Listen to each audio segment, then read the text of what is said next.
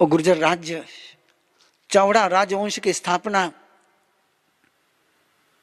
और चौड़ा राजवंश की पहली बहन श्रीदेवी, उसकी हित शिक्षाएं कितनी गहरी उतरी। 60 साल तक वनराज ने राज्य किया। पुत्र हुए 3। एक बार तूफान के कारण से पाटन के बंदर पर एक विशाल व्यापारी का दल पहुंचा है, जिसमें 1000 घोड़े और 500 हाथी। राजपुत्रों के पास जब इसकी खबर पहुंची तो राजकुमारों ने सोचा इसको लूट लिया जाए। उन्होंने पिता से बात करी कि आई हुई गंगा को चलकर के आई हुई लक्ष्मी को कब्जा किया जाए। पिता ने कहा नहीं, हम संरक्षक हैं, हम अब दस्यु नहीं है। हमें नीति मूल्यों का निर्माण करना है, हमें प्रजा के सामने एक आदर्श स्थापित करना है। लेकिन एक बार अंदर में लोभ हावी हो जाता है तो बचना बहुत मुश्किल जाता है। राजकुमारों ने पिता की आज्ञा न मिलने के बावजूद भी उस व्यापारी दल को लूट लिया। 500 हाथी और 1000 घोड़े जब राजधानी पहुंचे, वनराज को बहुत दुख हुआ, बहुत पीड़ा हुई। बहन की दी हुई शिक्षाओं का पालन करने वाला वनराज, बहन ने दिए हुए नीति मूल्यों के साथ जीने वाला वनराज अपने बेटों के द्वारा की इस कृत्य से तड़प उठा। उसने अपने बेटों को बुलाया है, शर संधान करने के लिए कहा है। न कर पाए। 109 साल की उम्र में वनराज ने शर संधान करके बताया, और शर संधान करने के बाद अपने बेटों से कहता है, आवश्यकता थी, अनिवार्यता थी, मेरे पास कोई उपाय नहीं था, उस समय मैंने लूटा है। लेकिन श्रीदेवी मिलने के बाद, बहन मिलने के बाद मैंने पराक्रम से ही धन प्राप्त किया है। मैंने किसी को मजबूर बना करके नहीं, अपने कौशल्य से प्राप्त किया है। आसपास के सारे राजा लोग जब भी गुर्जर राज्य का नाम आता है तो मेरे उस गुमनामी की जिंदगी के आधार पर चोरों का राज्य कहते हैं। उस कलंक को मिटाने के लिए मैं दिन रात मेहनत कर रहा हूं, और तुमने इस कलंक को और गहरा कर दिया है। अब इस कलंक का प्रायश्चित, इसकी शुद्धि मुझे करनी होगी। मेरी आज्ञा का तुमने उल्लंघन किया है, लेकिन कलंक मेरे राज्य पर आया है। अपनी बहन की दी हुई शिक्षाओं को जीता हुआ वनराज अन्न जल का त्याग कर करके संलेखना स्वीकार कर लेता है। एक बहन क्या कर सकती है? स्थूलीभद्र। आज कहानी सारी वही चलनी है।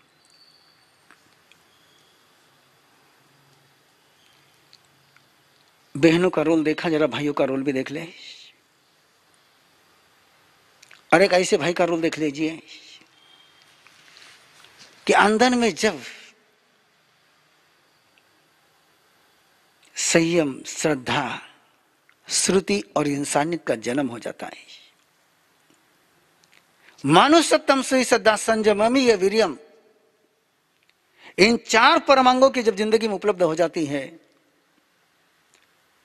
तो एक भोगी भी क्या बन जाता है, और केवल बनता ही नहीं,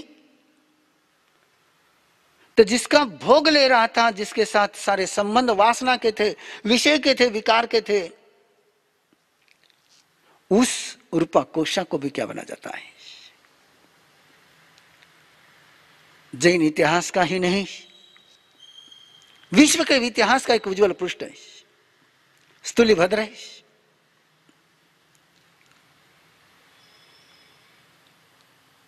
पूर्णतः अपने परिवार से डिटैच, केवल रूपाकोशा के लालित्य में, सौंदर्य में, उसके नृत्य कला में, उसके साथ जीवन का आनंद लेने में तन्मय, तल्लीन, जिसको कुछ भी पता नहीं। और उस सारे भोग के विश्व में जब एक दिन खबर उसके कानों पर पहुंचती है कि पिता का आयुष्य पूर्ण हो गया है, एक खबर, बेखबर के पास पहुंची एक खबर जिंदगी भर के लिए उसके खबरदार बना देती है। और उस खबर ने स्थूलिभद्र का पूरा जीवन बदल दिया है। संयम की राह पर चल पड़ा है। विचित्र हुआ है, चौंकाने वाली बात हो गई। जो कल तक भोग में तन्मय था, आज वो प्रभु में तन्मय हो गया। वासना की राह पर चलने वाला है, आज ब्रह्मचर्य की राह पर चल पड़ा है। और चतुर्मास की जैसी वेला आई, स्थूलिभद्र के अंदर एक अरमान, एक तमन्ना है, गहरी तमन्ना है। मैं तो आया हूं इस राह पर, लेकिन रूपाकोशा को इस राह पर लाना है।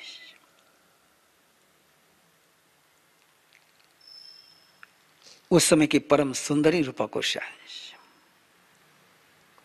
गणिका रूपाकोशा है। मेरे पास जो संयम है, मेरे पास जो संयम में पराक्रम है, गुरु कृपा से, जो श्रद्धा, जो परमात्मा के भाव को सुनने का सामर्थ्य, और उसमें इंसानियत का सूत्र है, उसको पता चल चुका था कि यदि भोग से मुक्त न हो पाए तो जिंदगी कैसे नरक बन जाएगी, भविष्य कैसा नरक बन जाएगा। इसलिए अपने गुरु से चतुर्मास के पूर्व में ही निवेदन करता है कि मुझे आज्ञा दो, मुझे आशीर्वाद दो, मुझे मार्गदर्शन दो। मैं रूपाकोशा के घर में चतुर्मास करना चाहता हूं, उसके महल में चतुर्मास करना चाहता हूं। गुरु भी देखिए क्या ऊंचाई पर है, भविष्य पर निगाह रखते हुए, समर्थ पुरुष पर विश्वास व्यक्त करते हुए, उनको भी पता है कि रूपाकोशा के साथ इसने जो जिंदगी जी है वहां पर पुनः जाना है एक सामान्य व्यक्ति के लिए खतरनाक हो सकता है। कि ब्रह्मचारी के लिए कहा गया है कि जिनके साथ विषय विकारों का सेवन किया, उनके परिचय से दूर रह जाए, ऐसे निवास से बचकर रह जाए कि जहां विकारों को उत्तेजन मिलता हो, ऐसे आहार का वर्जन करे जिससे विकार जागृत हो जाए, ऐसे दृश्य न देखे जिससे अंदर का प्रभु दर्शन समाप्त हो जाए। एक मर्यादा है, और इन मर्यादाओं की अपनी उपयोगिता है, सार्थकता है। लेकिन स्थूलिभद्र के अंदर में जो योग की ज्योत जल चुकी थी, गुरु जानते थे कि कभी ज्योत को कोई बुझा नहीं सकता है। इसके अंदर जो योग का, संयम का उजाला हुआ है, इसको आप कोई अंधेरे में बदल नहीं सकता है। ये उजाला जहां जाएगा वहां अंधेरे को उजाले में बदलेगा। ये ज्योत जहां पहुंचेगी वहां ब्रह्म की ज्योत जला करके आएगी। ये संयमी जहां पहुंचेगा वहां संयम का दिया जला करके आएगा। और इसी विश्वास के साथ गुरुदेव उसको आज्ञा देते हैं, मंगल पाठ देते हैं। आशीर्वाद और मंगल पाठ में ही सब कुछ बोला जाता है। बड़ी सुंदर कहानी है। बाकी कहानी को छोड़ रहा हूं मैं। बाकी गुरु भाई उसके कोई सिंह के गुफा में गया, कोई जहरीले नाग के बांबे के पास गया है, उनकी कहानी मैं छोड़ रहा हूं कि मुझे तो केवल भाई बहन की कहानी अब तक अपने बहन क्या कर सकते हो सुना है। आप सुने आपको एक भाई क्या कर सकता है, जिसके जीवन में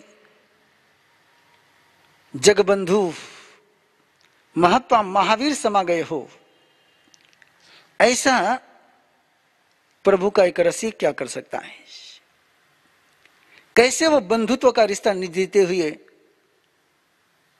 जो भोग की सहचरिणी थी उसको कैसे योग के मार्ग पर ले आता है। और एक कर्जा चुकाना जरूरी था ना। ये भोग का ऋणानुबंध, ये भोग का अनुबंध इस जन्म में ब्रेक करना जरूरी था ना, अन्यथा अगले जन्म में फिर वो खेल शुरू हो जाता है। इस अनुबंध को समाप्त करने के लिए, इन संस्कारों को समाप्त करने के लिए, जिसके साथ ही जीवन को जिया उसी का सारा जीवन बदलने के लिए स्थूलीभद्र उर्पा कोशा के रंग महल में चतुर्मास करने के लिए पहुंचता है। चर्चाएं कम न हुई, कमेंट्स कम नहीं हुए होंगे। उर्पा कोशा को भी स्थूलीभद्र को अपने आंगन में देखकर यही लगा होगा कि भटका हुआ राही फिर घर आ गया, फिर मेरा प्रेमी आ गया। लेकिन योगी का वेश था, आंखों में भी योगी का तेज था।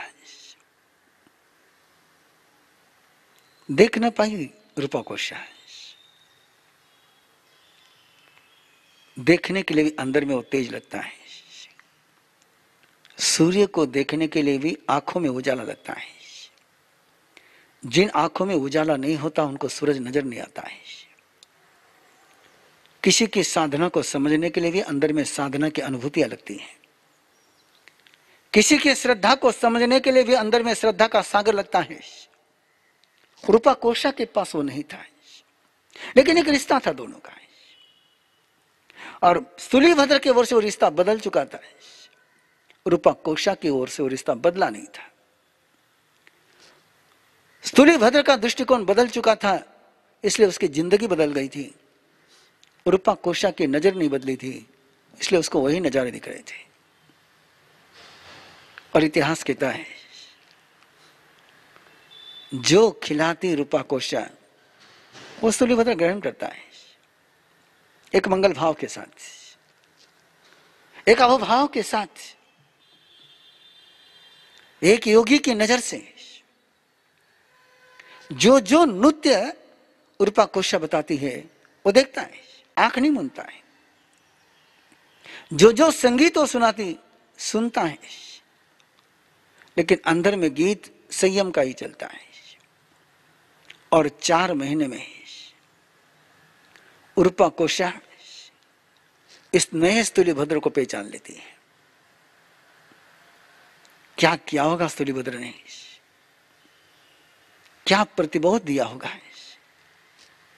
क्या साधना का पाथेय दिया होगा, कैसे उसके जीवन में परिवर्तन लाया होगा, इसकी केवल कल्पना ही की जा सकती है। इतिहास घटनाओं का आलेखन करता है, लेकिन घटनाओं के पीछे जो प्रवाह चलता है भावनाओं का, उसके विषय में इतिहास मौन रहता है। इसका तो जिक्र चलता है कि रूपा कोशा ने नृत्य किया, रूपा कोशा ने संगीत सुनाए, रूपा कोशा ने आहार कराया, लेकिन इसका जिक्र नहीं चलता है कि स्तुलिभद्र ने क्या किया, कैसे उसको चेंज किया होगा। एक गणिका को श्राविका बनाना 12 व्रतधारी, ये बहुत जरूरी होता था कि जो उससे लिया उसको चेंज करना जरूरी था। यदि रूपा कोशा चेंज न कर पाता स्तुलिभद्र, तो शायद अगले जन्म में फिर वो भोग का रिश्ता है, फिर वो वासना का रिश्ता है, आक्रमण कर सकता था, हमला कर सकता था, कि रिश्ता तो जुड़ा हुआ था।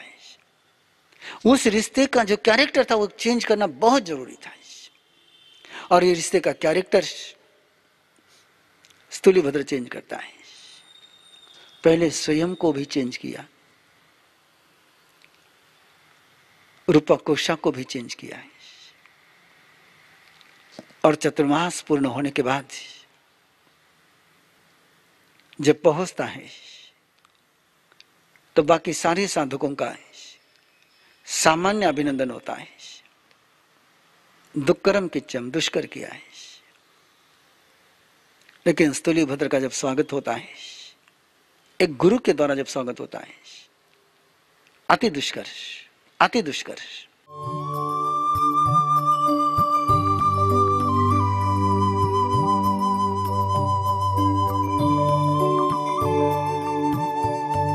इस कार्यक्रम के पुण्यार्जक हैं श्री दीपचंद जी, श्री सुनील जी, श्री सुजीत जी, श्री सूरज जी पारख, पूना दाल एंड बेसन मिल्स, पुणे।